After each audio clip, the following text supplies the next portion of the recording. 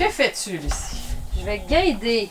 Tu guindes. C'est quoi guinder? Je rajoute la grosse corde comme ça pour solidifier les springs parce qu'on trouvait qu'il en manquait un peu. Il y en a 2 dans le milieu, mais j'en rajouterai un parce que quand on l'a sailli, il a lui aussi il a lâché. Il est plus attaché. Peut-être pour ça aussi que ça renfonçait beaucoup. Ah, ok.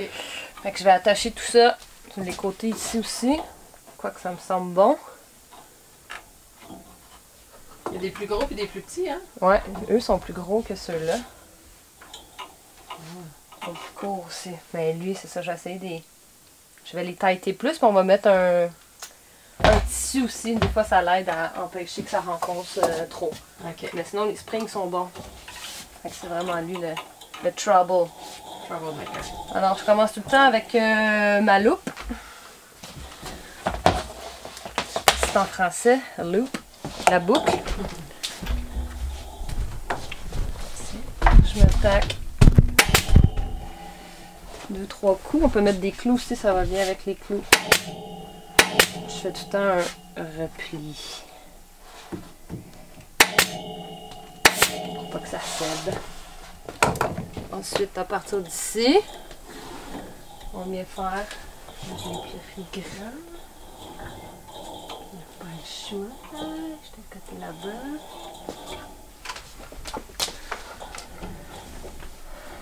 On passe dans le spring, comme ça. On fait un tour.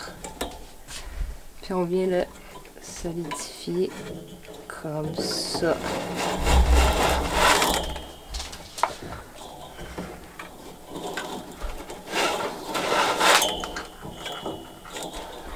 On va toutes les faire.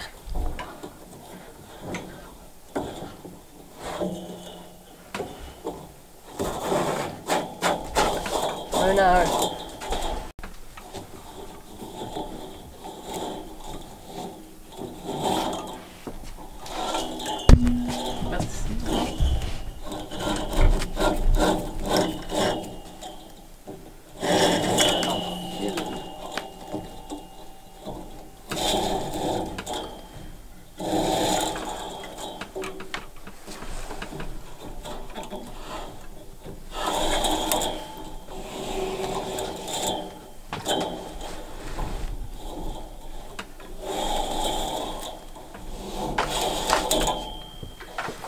Tendre la corde beaucoup.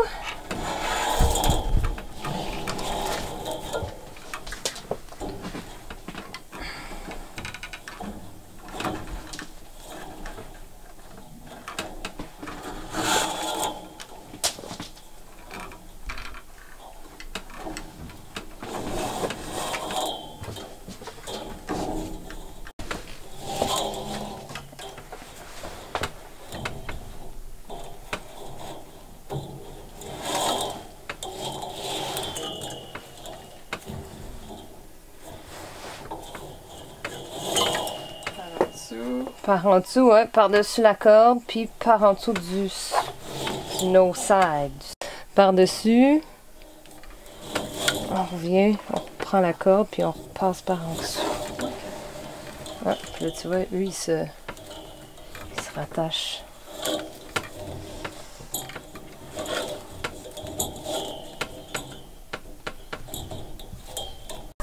Je commence tout le temps par la boucle. OK. Parce que quand les fils, des fois, ils se mêlent là-dedans, on a juste à tirer, tandis que quand c'est la loupe, elle accroche tout le temps. Petit truc.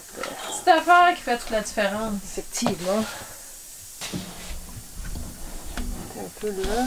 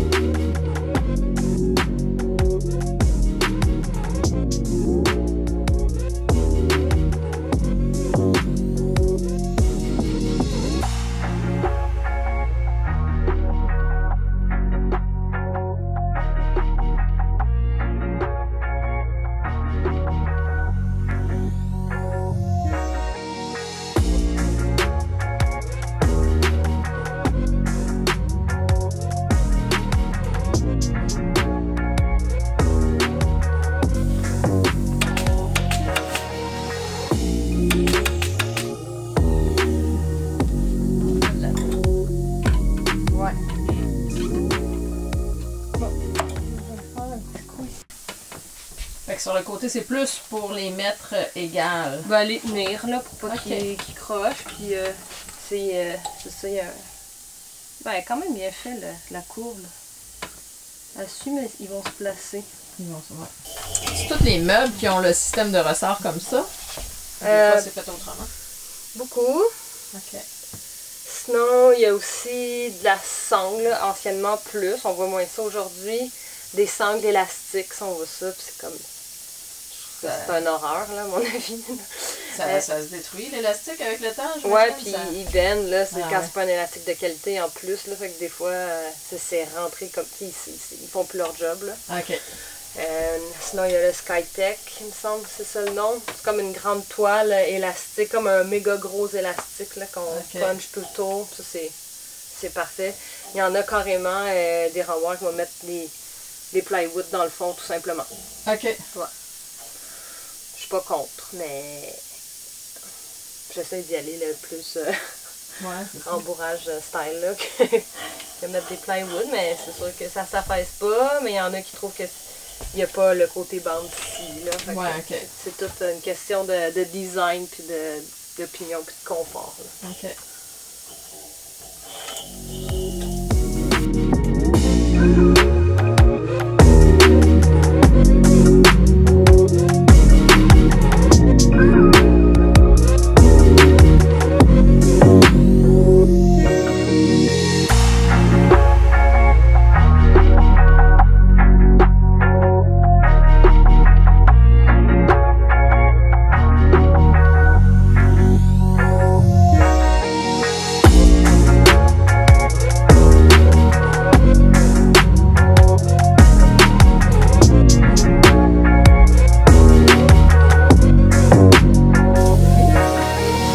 Le padding. Je remets le padding, maintenant que les springs sont installés. J'en ai le taquet ici, sur les edges là. Avant d'installer mon fond.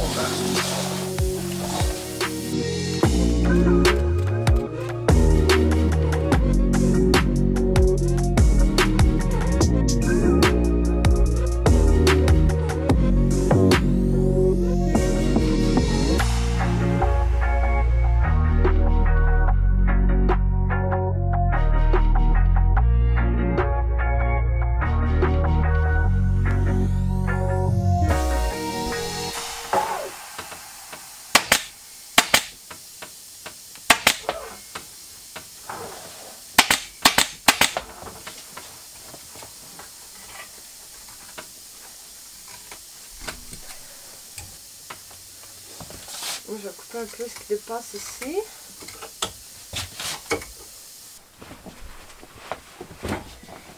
Ok, fait que je vais installer les modules ici que j'ai patronnés à mon atelier.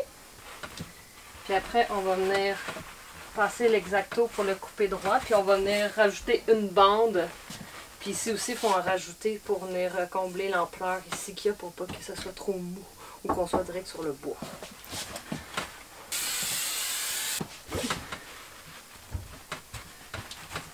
Ça, tout simplement.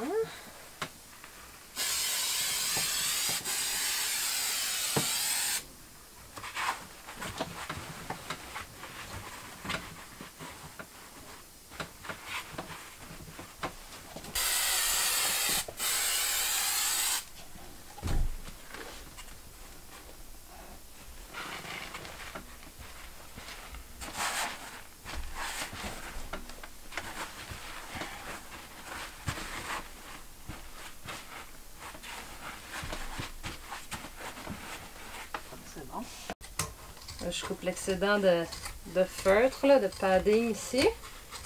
Je vais voir que ce soit au niveau tout égal. Anywhere you go, give it on. Anywhere you say, anywhere.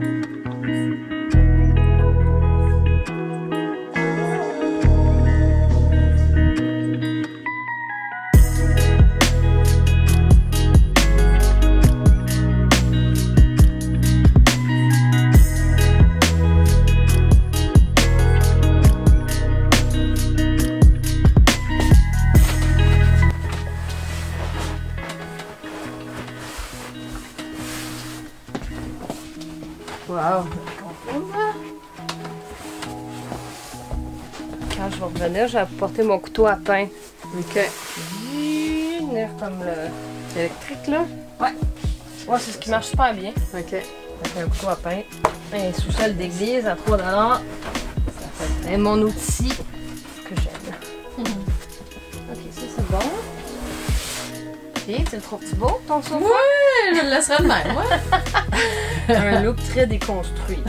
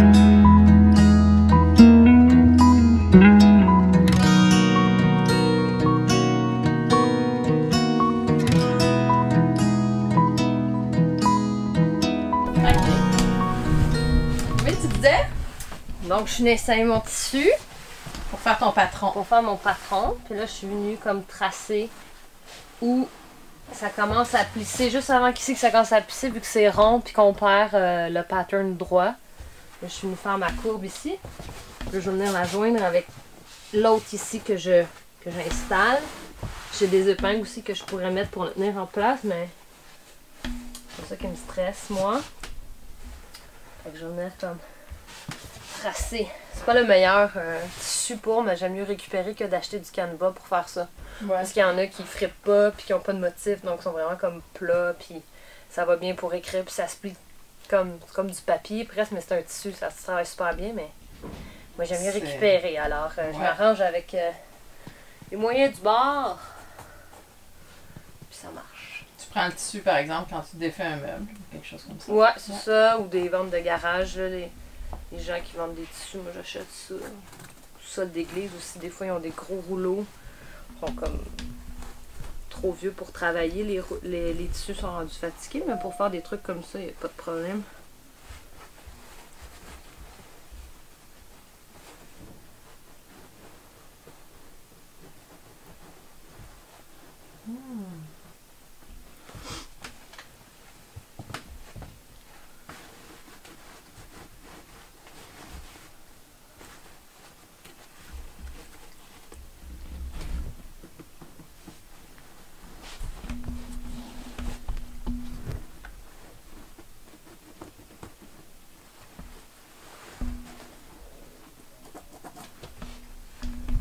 Donc voilà.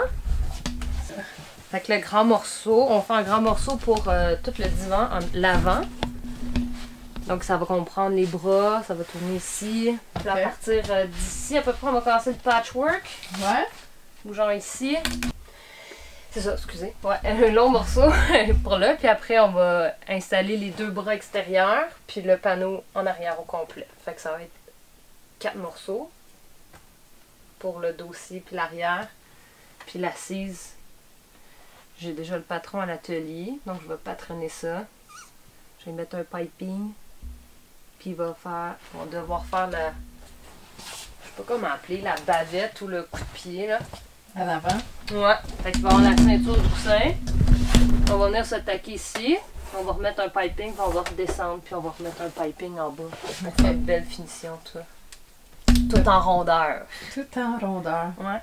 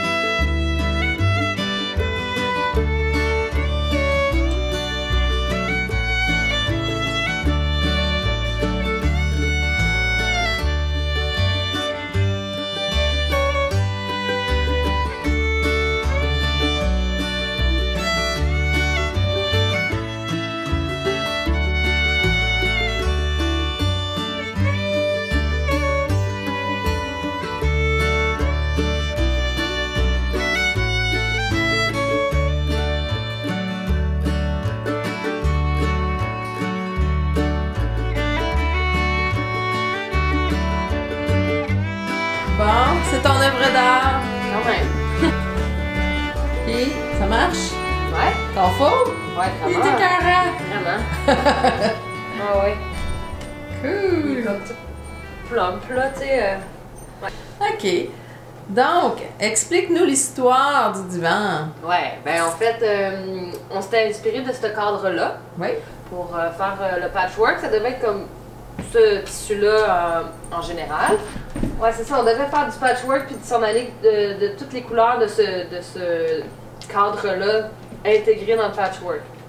Puis là, mais quand j'ai commencé à faire des tests de couleurs puis à commencer à faire le patchwork, j'avais comme pas de wow, là. J'étais comme, OK, c'est ça. Puis je disais, je vais commencer à le coudre, peut-être que ça va être beau quand même.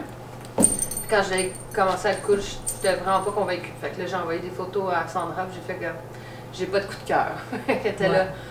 Ouais, je comprends. Fait qu'on a décidé d'y aller dans le gris. Ce que j'ai proposé, c'est d'y aller vraiment juste dans le monochrome. Comme ça va plus perdurer dans le temps. Effectivement. Et après, si elle veut changer son cadre... Merci, Charlie. si elle veut changer son cadre dans une couple d'années, ben elle pourra le changer. Puis j'ai fait des coussins à la place qui vont avec le cadre pour... Ça, c'est des magnifiques coussins qu'on va trouver à la maison Simons. Ouais, sur la fabrique 1840, là, qui est la plateforme artisan de la maison Simons. Fait que ça, c'est une primeur, ils sont pas là encore. Wow! OK, donc génial. Fait qu'avec les trois coussins, là, je vais essayer de montrer la toile un petit peu pour les gens, mais je vais la mettre quand même, là. Hey. Donc, tu sais, ça va vraiment rechercher toutes les couleurs de la toile. Le rouille, le bleu, le vert. C'est sublime. Le travail de patchwork est vraiment très joli. Je vais vous montrer ça de près.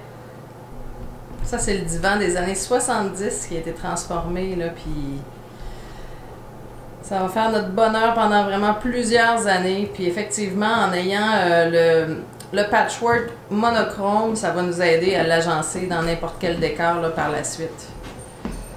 Donc, c'est un gros wow! Yeah! C'est écœurant. Charlie, elle l'aime beaucoup aussi. Pas le droit. Mais il est vraiment beau. Je le trouve aussi. Fait que là, à l'intérieur, tu as mis du capoc. Ouais, Hein? en fait, c'est tous les matériaux les plus éco-responsables possibles. La mousse, c'est vraiment dur de trouver quelque chose d'éco-responsable. Tu sais, avec le latex qu'il est, mais c'est vraiment pesant, puis ça se coupe mal, puis c'est comme, faut que ça soit tout prémoulé. Fait qu'on a abandonné cette avenue-là, mais ce qu'on a fait, c'est qu'on a mis le Velva. Oups! Je reprends. Qu'est-ce qu'on ouais, disait? c'est ça. Fait qu'on a mis une mousse à l'intérieur qui est le Velva, qui a une durée de vie de 15 à 20 ans plutôt que le Selgar, puis on est plus autour de 10 ans de vie. Fait qu'on, tant qu'à utiliser de la mousse, on a payé plus cher pour avoir une mousse qui va durer plus longtemps en vie. Fait que si dans 15 ans, t'es tanné de ton divan, puis tu peux le refaire faire, mais la mousse va être encore bonne.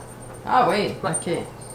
Puis le capoc, qui est comme un coton qui vient d'un fruit qu'on a utilisé au lieu de mettre le thérilène, qui aide à faire une couche plus smooth sur le dessus. Puis on en a mis aussi entre la toile de soutien puis la finition, ça fait comme plus plucheux. Tu sais, on sent qu'il y a de la matière en dessous. Fait qu'habituellement c'est du thérilène, c'est encore un truc polluant.